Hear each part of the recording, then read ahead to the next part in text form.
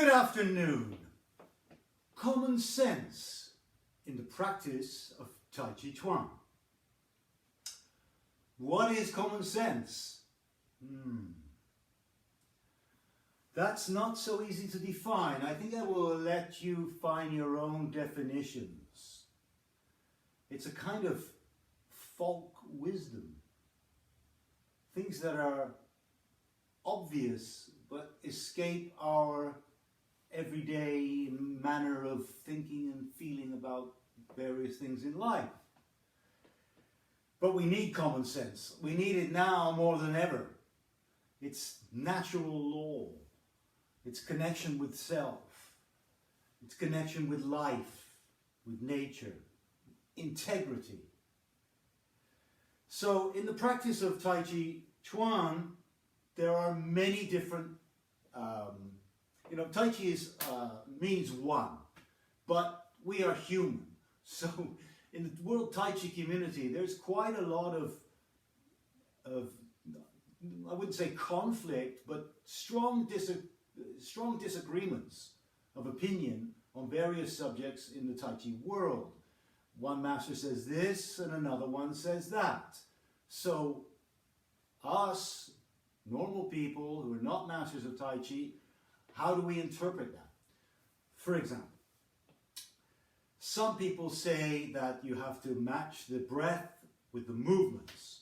So then you would exhale here and inhale here and exhale here and inhale here and so on and so forth. Others say don't do that at all. Don't think about the breath, don't touch the breath, leave it alone. Which one is right? Some people say that you should visualize the martial applications of each movement during your practice. So let's say I do 4 corners and I visualize an application with an opponent here, or whatever the movement is. Others say don't do that at all because it creates tension in the body and so on and so forth. So which one is right? Some people say you should practice high stances. Some people say you should practice only low stances. There is a tradition that says you should practice with the head even, as if you're practicing underneath a table. How do we interpret all these things? Well, I think we need to just be basically sensible here. We just apply common sense. So, for example, in these 3 examples I give here, matching the breath with the movement. Yeah, sometimes one practices like that. You never squeeze the breath, by the way. You never force the breath to fit into the shape of a movement. No. If you're doing that, stop. Don't practice like that. But if you feel that the depth of your breath can match the depth of the movement and vice versa, you can combine them together and practice in that way from time to time. If you do that, in my opinion, you should also practice without considering the relationship between the breath and the movements. Just practice with your normal breathing patterns. As I've discussed before, the way the body is structured in Tai Chi, the way that we practice, places the diaphragm in a way that promotes natural abdominal breathing. So we just breathe and we practice the movements. Sometimes we should practice like that. High, low, medium stances.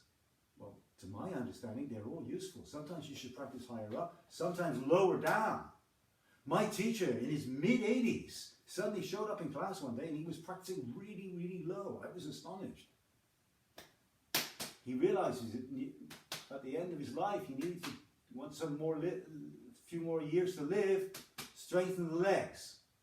Okay? First thing that goes when you're older is your toes, and then the legs, and then the rest follows.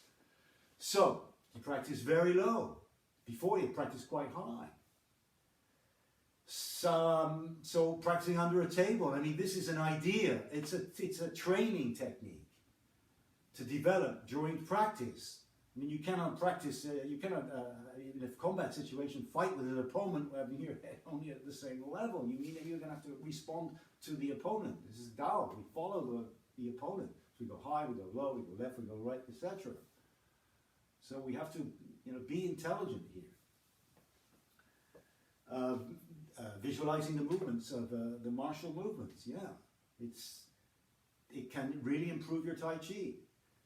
Sometimes you should just practice energetically, feeling the motion, feeling the movement, how it goes, without the martial aspect.